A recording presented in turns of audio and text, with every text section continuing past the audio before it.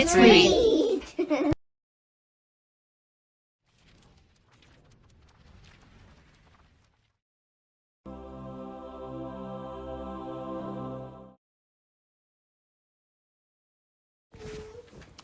The Secret Staircase. It was a frosty morning. The air was crisp and cold, and everything sparkled in the winter sunshine. The little mice hurrying along the path turned up their collars and blew on their paws in an effort to keep warm.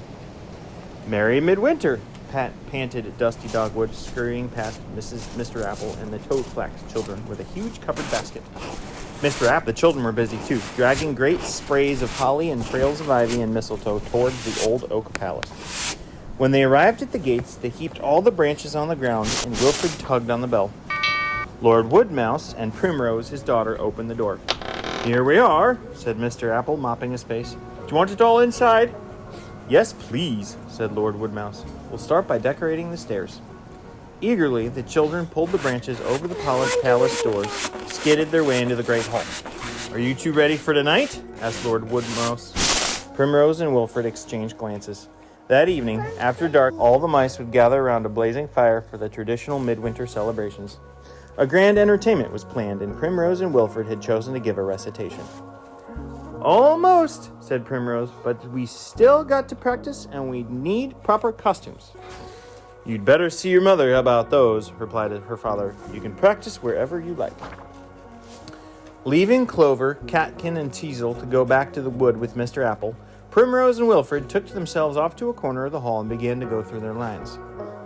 "When the days are the shortest, the nights are the coldest," began Primrose, drawing an imaginary cloak around her. "The frost is the sharpest, the year is the oldest," continued Wilfred. "Look out, you two," interrupted Basil, bustling past with some bottles. "This is hopeless," sighed Primrose. "We can't rehearse here. Let's go and ask Mama what to do." Lady Woodmouse was busy making caraway biscuits in the kitchen. She leaned on her rolling pin to listen to Primrose's tale of woe. "Why don't you see if there's something up in the attic for you to wear?" she said.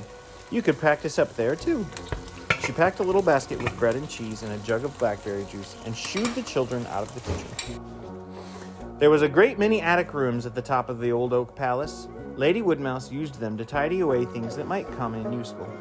Babies' blankets and rolls of lace, boxes of buttons, stacks of books, broken toys, patchwork quilts, pudding cloths, and old saucepans were all crammed together higgledy-piggledy on the shelves.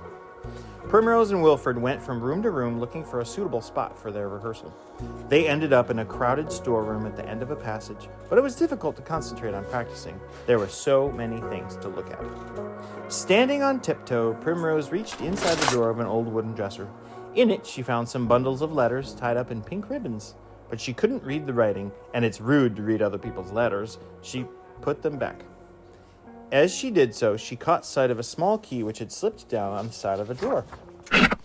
"Look at this, Wilfred," she cried excitedly. "Let's see. Oh, it's only an old key," said Wilfred. "Is it time for lunch?" Primrose said nothing, but she slipped the key into her pinafore pocket before setting on their picnic on the floor. "Do you think this would make a cloak?" asked Wilfred, his mouth full of bread and cheese. He'd seized the end of a long green curtain and was winding himself up in it. As he turned towards Primrose, he caught sight of a small door hidden behind its folds. "Where does this go to, Primrose?" he asked. "I don't know," replied Primrose, scrambling over some boxes. "Does it open?" Wilfred pushed. The door was locked. He peeped through the keyhole and saw another flight of stairs on the other side of the door. "It's no good," he said disappointedly. "We can't get in." "If there's a keyhole, there must be a key," said Primrose. "And I think I have it." She reached inside her pinafore pocket and handed the little key to Wilfred. He tried it in the lock. It fit perfectly, and the door swung open. They found themselves in a dark paneled hall at the foot of a long, winding staircase. The stair carpet must once have been beautiful, but now it was tattered and covered with dust. "No one can have been up here for years and years," whispered Primrose. "Shall we see what's at the top?" Wilfred nodded. So up the stairs they went, round and round. Primrose kept close behind Wilfred, and she couldn't help feeling a little nervous. Suddenly, the stairs came to an abrupt end. They were standing in yet another hall, and there ahead was yet another door, but this time it was huge and richly carved. They went up to it, and Wilfred gave it a push. As the door opened, the children stared about them in amazement. They were standing in the most magnificent room. There were columns and carvings and dark tapestries and paintings on the walls. In front of them, 2 golden chairs stood on a little platform. Everything in the room was covered in dust, and the air smelled musty and strange. "Where are we?" asked Wilfred. "I don't know," whispered Primrose. "I've never been here before." They tiptoed across the floor, leaving footprints as they went. "Maybe your ancestors lived here in the olden days, Primrose," said Wilfred, gazing at an imposing portrait. "Let's clean it all up and have it as our house," she said. "We could keep it secret and come up here to play." As she spoke, she opened a cupboard and found it full of hats. "Wilfred, look at these. They're just right for tonight."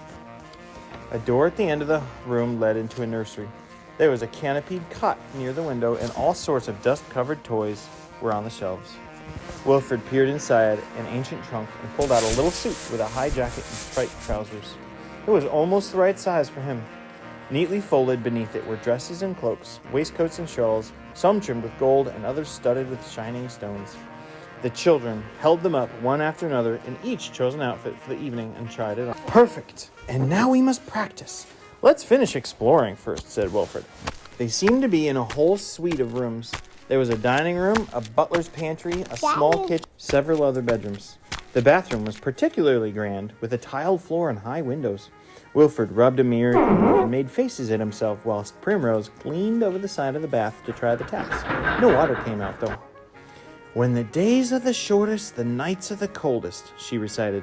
Her voice sounded loud and echoey. Wilfred joined in, and they went through their lines again and again until they were word perfect. Outside, the red sun was sinking low in the frosty air, and the bathroom was filled with shadows. "It's getting late," said Primrose. "If we don't hurry, we'll miss the log." They picked up their clothes and scampered over the dusty floors to the door. Down the stairs they ran, round and round, down and down, till they found themselves back in the storeroom. They locked the door with a little key and put it back in the drawer. Then they crept along the corridors to Primrose's room, taking care to keep out of sight. Primrose opened her window. They could just hear the caroling of the mice as the midwinter log was pulled along the hedge. There was no time to change, so they threw on their cloaks to hide their costumes and ran to join the crowd at the palace gates. Mr. Apple and Dusty Dogwood headed the procession, lanterns held high. "Roast the chestnuts, heat the wine, pass the cups along the line. Gather round, the log burns bright, it's warm as toast inside tonight," sang the mice as the log came into view. Teasel, Clover, and Catkin were perched on the huge branch, and it was dragged up to the palace gates. Primrose and Wilfred scrambled up behind. The mice pulled the log carefully over the threshold, and Basil threw some bramble wine onto the bark. "Merry Midwinter!" he called. At last the log was here. The midwinter celebrations could begin. A fire had been laid ready in the hearth of the great hall, and the log was rolled onto it. Everyone was handed a cup of steaming punch. Old Mrs. Eyebright went to light the fire, and she held up a burning taper. "'Tis summer!" she announced, and Mr. Apple stooped to help her thrust the taper into the fire. "'Tis summer!" echoed the mice. The bright flames licked the mossy bark, and soon the log was ablaze. The mice helped themselves to supper, which was spread on a table near the fire, and Basil refilled the cups. "Why don't you take off your cloak, dear?" said Lady Woodmouse. "It's very hot here by the fire." "Not just yet, Mamma," said Primrose. "I'm still a bit chilly." When they'd eaten all they could, they drew their chairs up around the hearth, and the entertainment began. Mr. Apple made huge shadows on the wall by standing in front of the fire. He made the shape of a weasel with a mean little eye, and a snake's head, a fox, and with the aid of a curtain, a bat. The little mice squealed and laughed. Next, Basil played a jig on his fiddle, and Dusty did some conjuring tricks. Then they tried to pass a crabapple right around the circle, holding it under their chins, and after that, Lord Woodmouse told stirring tales of old times. Primrose and Wilfred nudged each other. Everyone did a turn until at last Lord Woodmouse said, "And now, Primrose, what have you got for us?" The children jumped up and took their places in front of the fire. Drawing their cloaks closely around them, they began. "When the days are shortest, the nights are the coldest, the frost is the sharpest, the year is the oldest. The sun is the weakest, the wind is the hardest, the snow is the deepest, the skies are the darkest. Then polish your whiskers and tidy your nest, and dress in your richest and finest and best. For winter has brought you the worst it can bring, and now it will give you the promise of spring." Primrose and Wilfred threw off their cloaks and donned their hats with a flourish. The audience gasped to see the beautiful clothes which sparkled in the firelight, and then clapped and cheered louder than ever. The applause went on for so long that Lord Woodmouse had to ask them to do it all over again. At last, Primrose and Wilfred went back to their seats. "That was wonderful," whispered Lady Woodmouse, hugging her. "Wherever did you find those beautiful clothes?" Primrose glanced quickly at Wilfred. "In the attic," she mumbled, hoping that her mother would not ask any more questions. Luckily, at that moment, Basil started to tell one last story, and everyone settled in to listen. Primrose and Wilfred gazed at the fire and thought of all the lovely games they would play in their house at the top of the secret staircase. Soon their heads began to nod, and in no time at all they were fast asleep.